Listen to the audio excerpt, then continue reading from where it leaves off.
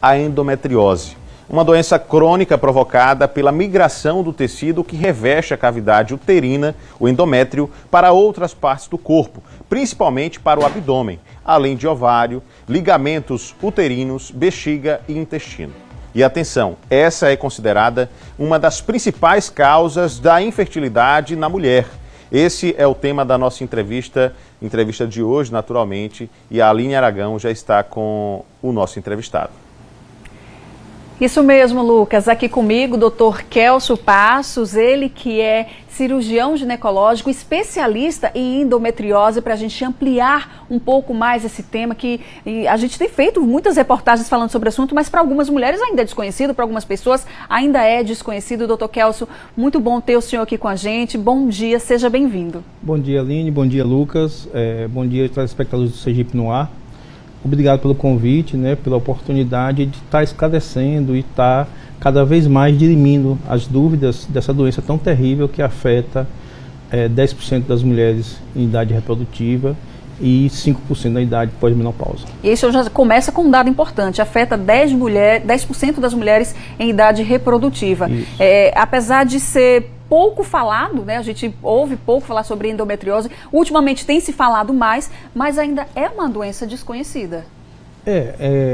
Na verdade, o que a gente luta cada vez mais por divulgação, por espaços como esse que está vindo aqui pela gente, para esclarecer cada vez mais as mulheres, para poder elas não sofrerem tanto, não chegarem aos extremos que algumas chegam a passar por causa da doença. Doutor Kelso, o que causa a endometriose? A endometriose ainda a causa é desconhecida, a origem dela é desconhecida. Hoje o que fala mais, a corrente mais forte para explicar a endometriose seria uma causa de origem genética, e a epigenética contribui bastante para o desenvolvimento e evolução da doença. Quais os sintomas que a mulher ela deve ficar atenta de pensar? Porque tem mulheres que podem passar a vida toda sofrendo sem saber que tem endometriose. Mas o que leva a esse diagnóstico? Quais são esses sintomas? A endometriose é conhecida como a doença dos Ds, D de dismenorreia, que é a cólica menstrual, e disquesia, que é a dor ao evacuar, dispareunia, que é a dor na hora de ter relações, D da dificuldade de engravidar, a infertilidade, que é uma dos sintomas da endometriose, D de disúria, que é o ardor ou dor ao urinar, e a gente pode incluir também o D da distensão abdominal, D da depressão, que é muito comum esses sintomas estarem atrelados à endometriose, além da dor pélvica crônica, que a evolução da doença pode evoluir para a dor pélvica crônica, quer dizer, ela passa a ter dor cólica não só no período menstrual, passa a ter dor todos os dias do mês. E aí eu vou chamar o Lucas porque ele começou falando exatamente isso, que é uma doença que para as mulheres é sinônimo de dor. Então essa dor ela é muito presente, é isso? A dor ela é muito presente, mas a ausência dela não exclui o diagnóstico. Tem algumas mulheres que são assintomáticas. Então assim, a gente costuma falar que a endometriose ela tem identidade CPF para cada paciente, porque cada paciente tem a sua doença ou os seus sintomas. Doutor, agora dentro desse aspecto que a gente fala de dor, naturalmente se existe e se há a presença da dor, a gente imagina que um indivíduo, uma pessoa, uma mulher nesse caso especificamente, com dor, esteja impossibilitado, por exemplo, de realizar suas atividades de trabalho em algumas situações. Eu trago isso porque nós temos exemplos no Brasil, e um especificamente de uma professora, por exemplo, no estado de São Paulo, que era funcionária contratada do estado de São Paulo, do governo do estado de São Paulo, e ela foi demitida pelo que alegou o governo do estado por faltas injustificadas, quando na verdade, isso é o que ela alega, ela justificou essas faltas dizendo que tinha endometriose e por conta disso, por conta das dores que sentia, não conseguia dar as aulas e comparecer e cumprir os turnos de trabalho. Ou seja, ela justificava, apresentava atestado, mas mesmo assim foi demitida pelo que o governo considera faltas injustificadas.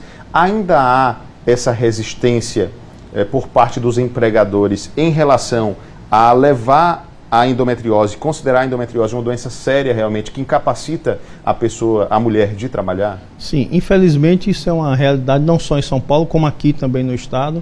Eu tenho várias pacientes já penalizadas por faltarem muito ao trabalho E eu digo que às vezes a dor pior não é nem a física, é a do julgamento, né?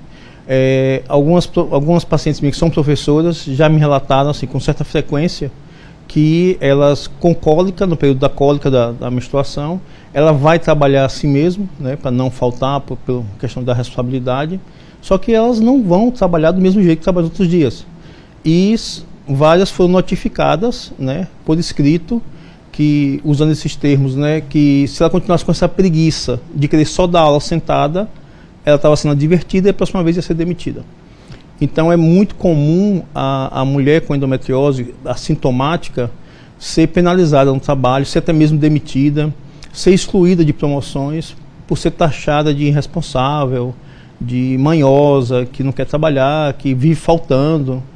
E aí quando ela fala, não, eu estou com cólica, e aí eles alegam, olha quantas mulheres tem aqui, só você que falta todo mês.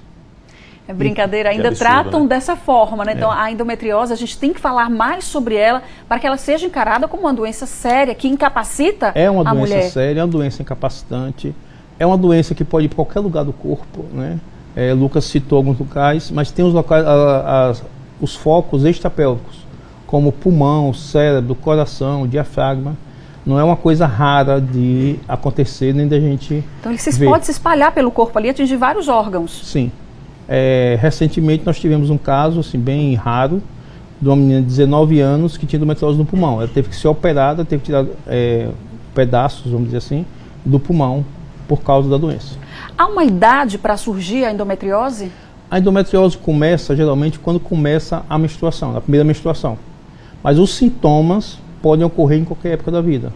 Então ela pode ter a doença e só desenvolver sintomas, inclusive no pós-menopausa. Deixa eu fazer uma pergunta aqui, Aline, continuar com vocês nessa discussão, porque aqui mesmo na TV Atalaia, na função de repórter, nós já encontramos casos, tenho certeza que você também, Aline, de mulheres com quadros de endometriose. E em alguns casos, mulheres que conseguiram fazer suas cirurgias e resolver suas situações, mas eu encontrei, por exemplo, na minha vida de repórter, casos tão avançados de endometriose que a mulher, por exemplo, não tinha a quem recorrer para que fosse feita essa cirurgia, porque era uma cirurgia que envolvia uma série de especialistas e ela não achou acolhimento no SUS. Pessoas que estão na fila há mais de um ano e meio e por aí vai, aguardando por essa cirurgia. Doutor, como é que tem funcionado hoje para a realização das cirurgias da endometriose, o acolhimento dessas mulheres no SUS? Infelizmente não existe esse acolhimento, né, de uma forma satisfatória, nenhuma forma abrangente, né? Por tratar-se de, como você mesmo falou, é uma cirurgia que envolve muitos profissionais, muitas especialidades e de alto custo, porque o material descartável que usamos nas cirurgias, para tornar factível a cirurgia, são materiais caros. Então, tanto faz ser pelo SUS particular ou por algum convênio. E aí ocorre uma restrição. Então, assim, nós temos poucos serviços no Brasil que atendem pelo SUS, e as filas são quilométricas, né? E porque pela essa dificuldade, pelo alto custo, e as mulheres sofrem assim, de partir o coração, porque a gente que conhece e sabe a intensidade da dor que essas mulheres sofrem, eu mesmo classifico a dor como desumana, porque não é raro você ter pacientes que vão para o hospital, tomam medicações analgésicas assim, potentes, como tramal, morfina, e a dor não passa. E não é exagero dela, não é o emocional dela que está abalado, como são tratadas às vezes, infelizmente, né? Porque quando ela toma uma dose de morfina, uma dose de tramal, e ela fala que a dor está do mesmo jeito, que parece que tomou água, são tratadas com calmantes, porque acham que ela está nervosa e que essa dor, não é possível que exista uma dor tão forte. É isso, doutor. A gente queria ter mais tempo para ficar aqui conversando com o senhor sobre esse tema que é tão importante. O senhor vai voltar mais vezes, porque a gente sabe que a endometriose afeta também a saúde mental da mulher. Tem casos que não precisa de cirurgia, mas a gente precisa encerrar. Eu quero agradecer a sua participação aqui no Sergipe no Ar. Eu agradeço o convite, a oportunidade e deixar aqui algumas mensagens finais. Dizer que as mulheres que têm um diagnóstico de endometriose não fiquem apavoradas, porque não são todas que tem endometriose que vai ter dificuldade ou impossibilidade de engravidar, nem vão ser todos os casos cirúrgicos. E eu costumo falar, né, que a dor da endometriose, ela é real, ela tem que ser respeitada e investigada. É isso. Obrigada mais uma vez pela participação, Lucas.